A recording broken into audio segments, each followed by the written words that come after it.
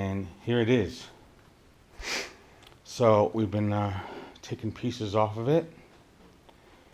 I'm getting new pieces. Subframe was bent. It did the low side, so we had to take a pry bar and heat this up, bend it back into shape. The radiator and fan assembly was non-working, sensor reach might have overheated.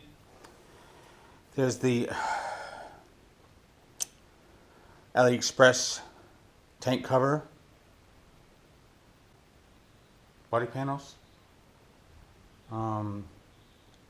Rest of the body panels are down there. They're all AliExpress. They fit like shit. There's the forks with new fork seals in them that were done this weekend. The K&N filter arrived. There's the oil for an oil change and service. New iridium laser spark plugs arrived for it yesterday.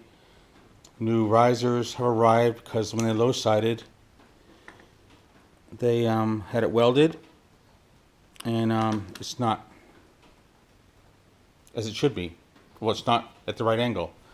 So we got Island up to the Coromandel end of February, so she wants to be able to take her VFR. I want to be able to take my VFR and go on a nice tour together.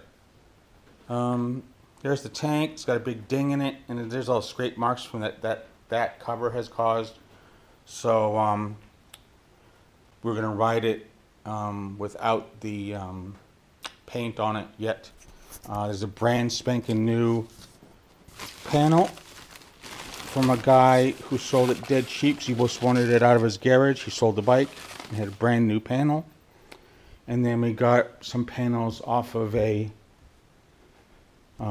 wreck. So these are stock VFR panels. There's a couple of bits of little bit of welding, plastic welding to be done, but they're mostly in good nick. They'll be white, not this white. This replacement door she painted for one of our MR2s.